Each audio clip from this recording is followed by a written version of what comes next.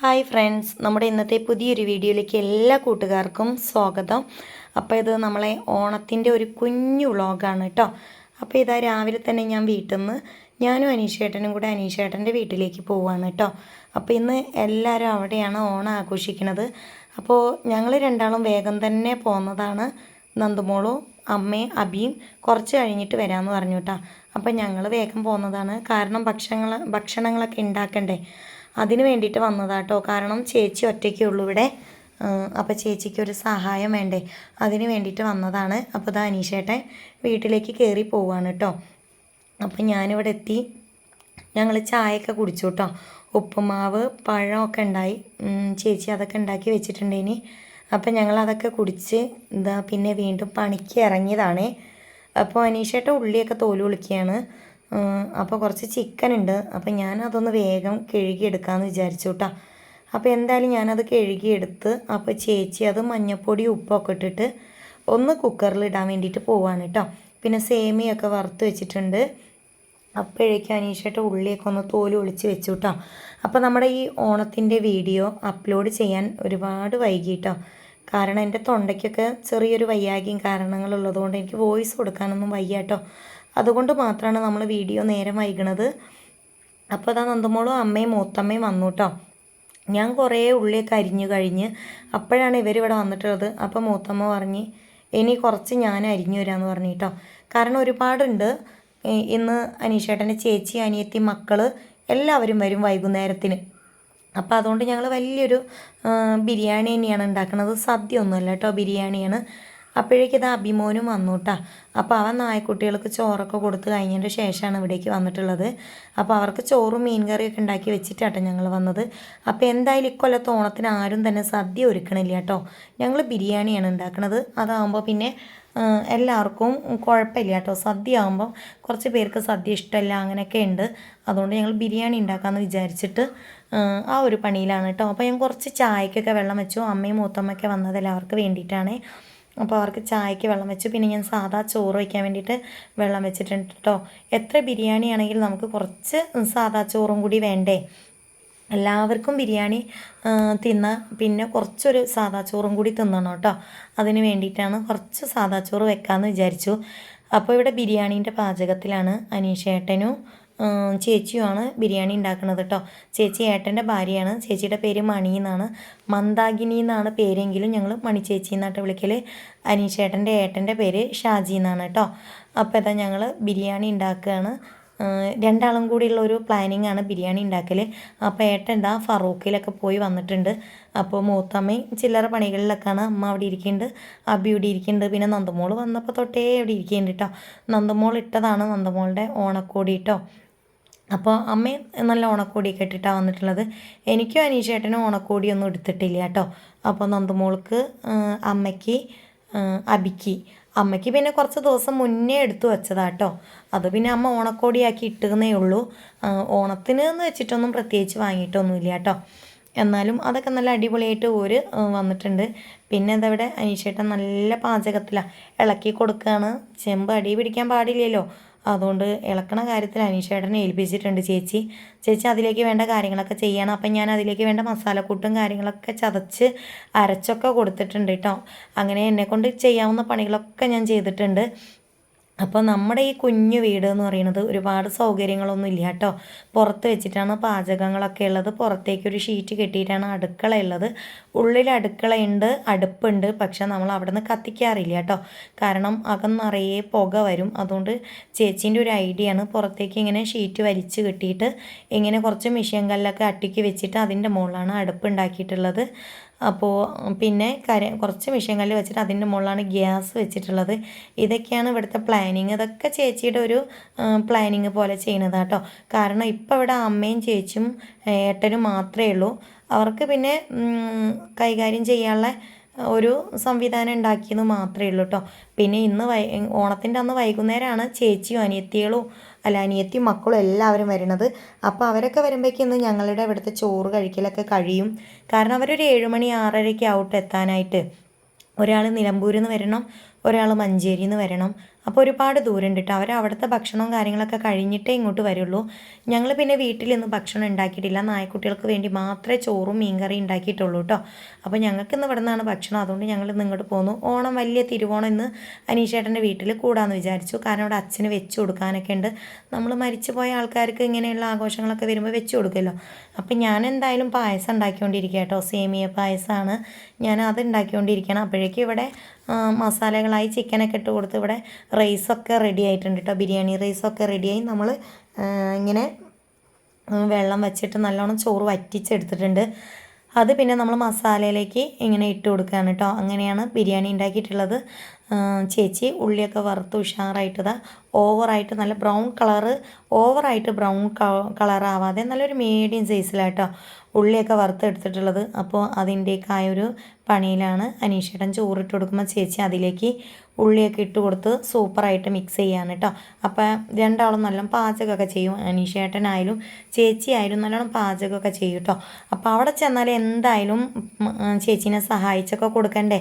ഇന്ന് ഒരുപാട് പണികളുണ്ടാവും. എന്നത്തെയും പോലെയല്ലല്ലോ, ഓണത്തിൻ്റെ അന്നൊക്കെ നല്ല തിരക്കുള്ള ദിവസമല്ലേ. അപ്പോൾ ഓരോരുത്തരും ഓരോരോ പണി എടുത്തതുകൊണ്ട് ഞങ്ങളുടെ പാചകത്തിൻ്റെ പണിയൊക്കെ പെട്ടെന്ന് കഴിഞ്ഞു കേട്ടോ. അപ്പോൾ ചോറൊക്കെ ഒരു 12:30 ആകുമ്പോഴേക്കും ചോറൊക്കെ കഴിഞ്ഞു കേട്ടോ. ചോറ് കഴിഞ്ഞു എന്നല്ല, ചോറിൻ്റെ പണിയൊക്കെ കഴിഞ്ഞു. ഞങ്ങൾ ഭക്ഷണം കഴിച്ചിട്ടൊന്നുമില്ല. അപ്പോൾ ഞങ്ങൾ ഇതൊക്കെ കഴിഞ്ഞൊന്ന് ദമ്മിട്ട് വെക്കേണ്ടേ, എന്നിട്ടൊക്കെയല്ലേ ചോറ് കഴിക്കുകയുള്ളൂ. അപ്പോൾ എന്തായാലും ഇവർ ഈ ഒരു തിരക്കിട്ട പണിയിലാണ് കേട്ടോ. ഇത് മുറ്റത്ത് വെച്ചിട്ട് തന്നെയാണ് ഉണ്ടാക്കുന്നത്. ഷീറ്റൊന്നും കെട്ടിയിട്ടില്ല. അവിടെ ഒരു മരമുണ്ട്. ആ മരത്തിൻ്റെ ചോട്ടിൽ വെച്ചിട്ടാണ്. പിന്നെ അതിൻ്റെ അടുത്ത് എപ്പോഴും ഇവരുണ്ടല്ലോ, അതുകൊണ്ട് വലിയ കുഴപ്പമൊന്നുമില്ല കേട്ടോ. കാരണം അത്രയും സൗകര്യങ്ങളൊക്കെ ഉള്ളൂ. പണ്ടത്തെ ഒരു ഓട് വീടൊക്കെയാണ്. അപ്പോൾ നമുക്കിത് ഈ ഒരു സൗകര്യത്തിൽ ജീവിച്ച് എല്ലാവർക്കും ശീലമായതുകൊണ്ട് അതൊരു ബുദ്ധിമുട്ടായിട്ടൊന്നും ആർക്കും തോന്നിയിട്ടൊന്നുമില്ല കേട്ടോ. അപ്പോൾ പിന്നെ ഇവിടെ കൂടുതൽ ആളൊന്നും ഇപ്പോൾ താമസിക്കില്ല. ഏട്ടനും ഏട്ടത്തിയമ്മയും അമ്മയും മാത്രമേ ഉള്ളൂ. അവർക്ക് കഴിഞ്ഞു കൂടാനുള്ള ചുറ്റുപാടും കാര്യങ്ങളൊക്കെ ആ വീട്ടിലുണ്ട് കേട്ടോ. അതുകൊണ്ട് തന്നെ വലിയ പ്രശ്നങ്ങളൊന്നുമില്ല. എല്ലാവരും വരുമ്പോൾ മാത്രമാണ് 1-2 ദിവസമൊക്കെ നിന്നിട്ട് ചേച്ചിയും അനിയത്തിയൊക്കെ അങ്ങോട്ട് പോകും കേട്ടോ. അപ്പോൾ ഓണത്തിന് വന്നു കഴിഞ്ഞാൽ പിന്നെ ഒരു 2-3 ദിവസമൊക്കെ നിൽക്കും. പിന്നെ ഓണത്തിന് വന്നു കഴിഞ്ഞാൽ പിറ്റേത്തെ നമ്മുടെ 3ാമത്തെ ഓണത്തിൻ്റെ അന്ന് നമ്മളെ വീട്ടിലേക്കാണ് എല്ലാവരും വരുന്നത്. നമ്മളെ മണ്ണൂരേക്ക് കടലുണ്ടിയിലേക്കാണ് എല്ലാവരും വരുന്നത് കേട്ടോ. അപ്പോൾ ആ ഒരു ഇൻട്രസ്റ്റിലാണ് ചേച്ചീൻ്റെ മക്കളും അനിയത്തീൻ്റെ മക്കളൊക്കെ. അപ്പോൾ ഇവിടെ വന്നാൽ പിറ്റേന്ന് എല്ലാവരും അങ്ങോട്ടേക്കാണ്. അപ്പോൾ എന്തായാലും നമ്മൾ ചോറിൻ്റെ പണിയൊക്കെ കഴിഞ്ഞു. നല്ല അടിപൊളിയായിട്ട് റൈസ് വെന്ത് കിട്ടിയിട്ടുണ്ട് കേട്ടോ. പാക വേവിന് എടുത്തുകൊണ്ട് തന്നെ നല്ല അടിപൊളിയായിട്ടുണ്ട്. അപ്പോൾ ബിരിയാണി നല്ല സ്മെല്ലൊക്കെ വരുന്നുണ്ട് കേട്ടോ. അപ്പം ഞങ്ങൾ ചിക്കൻ ഒന്ന് കുക്കറിലിട്ട് ഒരൊറ്റ വിസിലടിച്ചതിന് ശേഷമാണ് മസാലയിലേക്ക് ഇട്ട് കൊടുത്തിട്ടുള്ളത്. അതുകൊണ്ട് ഇതിന് ഓവറായിട്ട് ദമ്മൊന്നും വേണ്ട കേട്ടോ. അപ്പോൾ അത് നല്ല സെറ്റായിട്ട് തന്നെ ഉണ്ട്. അപ്പോൾ അതാ ഞാനിവിടെ ഇവരെ ബിരിയാണീൻ്റെ പണി കഴിയുമ്പോഴേക്കും എനിക്ക് എൻ്റെ പായസത്തിൻ്റെ പണിയും കൂടി നോക്കണ്ടേ. അപ്പോൾ ഞാൻ സേമിയൊക്കെ ഇട്ട് കൊടുത്തു കേട്ടോ. അതിൻ്റെ ഇടയിൽ നന്ദമോള് പോയി വീഡിയോ എടുത്തതാണ് അവിടെ. അപ്പോൾ ഞാനിവിടെ സേമിയൊക്കെ ഇട്ട് കൊടുത്ത് ഇളക്കിക്കൊണ്ടിരിക്കണം. അടി പിടിക്കാൻ പറ്റാത്ത വിധം ഇളക്കിക്കൊണ്ടിരിക്കുക കേട്ടോ. നമുക്ക് അടി പിടിക്കുന്ന പായസം അത് ഇഷ്ടമല്ലല്ലോ. നമ്മൾ പുകയടുപ്പിലല്ലേ ഉണ്ടാക്കണത്, ഗ്യാസുമ്മലൊന്നുമില്ല കേട്ടോ. സാധാ നമ്മളെ അടുപ്പ് വിറക് കത്തിച്ച് ഉണ്ടാക്കുന്നതാണ്. അപ്പോൾ നല്ലോണം തീയും കത്തണം, പുക ചോയ്ക്കാനും പാടില്ല. അപ്പോൾ നല്ലോണം തീയൊക്കെ കത്തിച്ചിട്ടാണ് നമ്മൾ ഈ പായസം മിക്സ് ചെയ്തുകൊണ്ടിരിക്കുന്നത് കേട്ടോ. നല്ലോണം പാലൊക്കെ ഒഴിച്ച് അതിലേക്കിതാ സേമിയൊക്കെ ഇട്ട് കൊടുത്തിട്ടുണ്ട്. പിന്നെ ആവശ്യത്തിനുള്ള മധുരം ചേച്ചി ഇട്ട് തരുന്നുണ്ട് കേട്ടോ. മധുരത്തിൻ്റെ കാര്യത്തിൽ കൺഫ്യൂഷനാണ്. എനിക്ക് അങ്ങനെ മധുരത്തിനോട് ഇഷ്ടമില്ല. ഇപ്പോൾ ആദ്യമൊക്കെ എനിക്ക് നല്ല ഇഷ്ടമാണ്. ഇപ്പം എനിക്ക് വലിയൊരു ഇഷ്ടമല്ല മധുരം ഓവറാവണത്. പക്ഷേ അവിടുത്തെ ആ ഒരു മധുരം എന്താണെന്ന് എനിക്ക് അറിയില്ല. അതുകൊണ്ട് ഞാൻ ചേച്ചിനോട് പറഞ്ഞപ്പോൾ ചേച്ചി പഞ്ചസാര ഇട്ട് തരികയാണ് കേട്ടോ. അപ്പോൾ അവരുടേതായ ആ ഒരു രീതിക്ക് പഞ്ചസാരയൊക്കെ ഇട്ട് തരുന്നുണ്ട്. ഞാൻ നല്ലോണം ഇളക്കി കൊടുക്കുന്നുണ്ട്. അപ്പോൾ നല്ലോണം അത്യാവശ്യം പാചകമായി റെഡിയായി എന്ന് പറയാം പായസം. അതിലേക്ക് നെയ്യ്, അണ്ടിപ്പരിപ്പ്, മുന്തിരിയൊക്കെ ഉഷാറാക്കിയിട്ടുണ്ട് കേട്ടോ. അപ്പോൾ ചേച്ചി ഒന്നും കൂടെ അത് ഇളക്കി കൊടുക്കുന്നുണ്ട്. എന്തായാലും അവരുടെ കൈയും കൂടി എത്തണ്ടേ നമ്മൾ ഉണ്ടാക്കി കഴിഞ്ഞാലും. അപ്പോൾ അതിലേക്ക് വേണ്ട സാധനങ്ങളൊക്കെ എന്തായാലും മിക്സ് ചെയ്തു. ചേച്ചി കുറച്ചും കൂടെ ഏലക്കായൊക്കെ ഒന്ന് പൊടിച്ചിട്ടു കേട്ടോ. നല്ല സ്മെല്ലൊക്കെ ഉണ്ട്. അപ്പോഴേക്കും അബി പോയിട്ട് ഒരു 7up ഒക്കെ വാങ്ങിക്കൊണ്ടുവന്ന് എല്ലാവർക്കും വെയിൽ കൊണ്ട് ഷീറ്റിൻ്റെ ചൂടൊക്കെ കൊണ്ടിട്ട് ആകെ വയ്യ കേട്ടോ. അപ്പോൾ അനീഷേട്ടൻ പൈസ കൊടുത്തിട്ടൊരു തണുത്ത 7up വാങ്ങിക്കൊണ്ടുവന്നിട്ട് അത് ഞങ്ങളെല്ലാവരും ചേർന്ന് കുടിച്ചു. പിന്നെ അപ്പോൾ ഉള്ള കുറച്ച് പാത്രങ്ങളൊക്കെ ഉണ്ട്. അപ്പോൾ ഞാനത് അപ്പം തന്നെ കഴുകി വെക്കുകയാണ്. എല്ലാ പണിയും കഴിഞ്ഞിട്ട് എല്ലാ പാത്രം കൂടി ഒപ്പരം കഴുകാമെന്ന് വിചാരിക്കേണ്ടല്ലോ. അതുകൊണ്ട് ഞാൻ എല്ലാ പാത്രവും ഇങ്ങനെ പണി തീരുമ്പോൾ ഓരോ പാത്രങ്ങൾ ഒഴിയുന്നതിനനുസരിച്ച് ഞാൻ കഴുകി വെക്കുന്നുണ്ട് കേട്ടോ. എനിക്കത് ഒരു ശീലമാണ്. വീട്ടിലായാലും അങ്ങനെ തന്നെയാണ്. ചില ദിവസം മടി വരുമ്പോൾ മാത്രമേ പാത്രങ്ങൾ ഒന്നായിട്ട് അങ്ങോട്ട് കൂട്ടി വെക്കുകയുള്ളൂ കേട്ടോ. അപ്പം ഞാൻ എന്തായാലും പാത്രങ്ങളൊക്കെ വേഗം വേഗം കഴുകിയെടുക്കുന്നുണ്ട്. അവിടെ നമുക്ക് വെള്ളത്തിന് ഇപ്പോൾ ഒരു ക്ഷാമമൊന്നുമില്ല. ആദ്യമൊക്കെ ക്ഷാമം ഉണ്ടായിട്ടോ. വെള്ളം താഴെ ഒരു തൊടിയത്തെ കിണറിന്ന് വേണം മുക്കി കൊണ്ടുവരാനായിട്ട്. ഇപ്പോൾ ഇവിടെ ജപ്പാൻ്റെ വെള്ളമൊക്കെ ഉണ്ട് കേട്ടോ. ജപ്പാൻ ശുദ്ധജലമുണ്ട്. അതുകൊണ്ട് ഇപ്പം വെള്ളത്തിന് ബുദ്ധിമുട്ടൊന്നുമില്ല. ഞാനൊക്കെ അവിടെ ഉള്ള സമയത്ത് താഴത്തെ കിണറിന്നാണ് കേട്ടോ വെള്ളമൊക്കെ കൊണ്ടുവന്നിനിയത്. കുറച്ച് റിസ്ക്കാണ്. നമ്മൾ നേരത്തെ കണ്ട ആ തൊടി ഉണ്ടല്ലോ അവിടെ നിന്നാണ്. അപ്പോൾ ഇപ്പം എന്തായാലും വെള്ളമായി.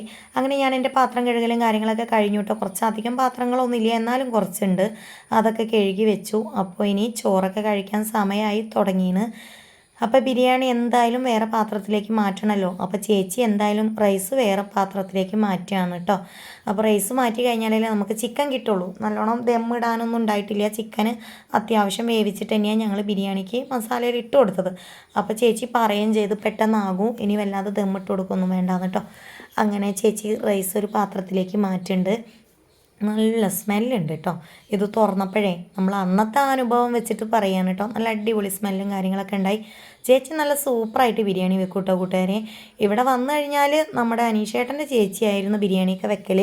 ഇപ്പം നമ്മുടെ ഏട്ടൻ്റെ ഭാര്യ ഇതാ ബിരിയാണിയൊക്കെ നല്ല അടിപൊളിയായിട്ട് ഉണ്ടാക്കും. കൂടെ നമ്മളെ അനീഷേട്ടനും കൂടി സപ്പോർട്ടൊക്കെ ചെയ്ത് കൊടുക്കും കേട്ടോ.